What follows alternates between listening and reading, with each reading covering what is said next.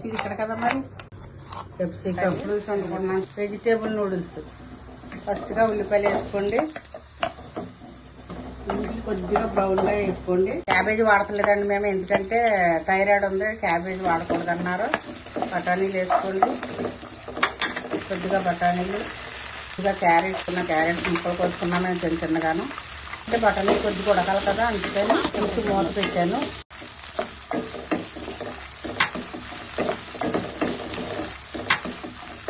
కొద్దిగా సాల్ట్, కొద్దిగా పసుపు, కొద్దిగా కారం, ఈ మూడు వేసుకుని కొద్దిగా అలా మగ్గనివ్వండి. మూత వేసుకోవాలి.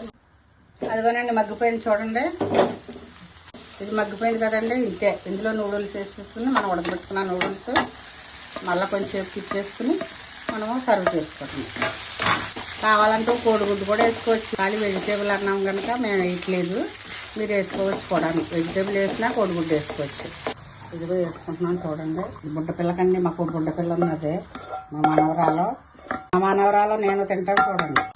చూడండి ఇంకా తినలేదు. అంటున్నాను ముందు ఏంటి అంటే చూసేటప్పటికే నూరు అవుతుంది. చాలా బాగుంది.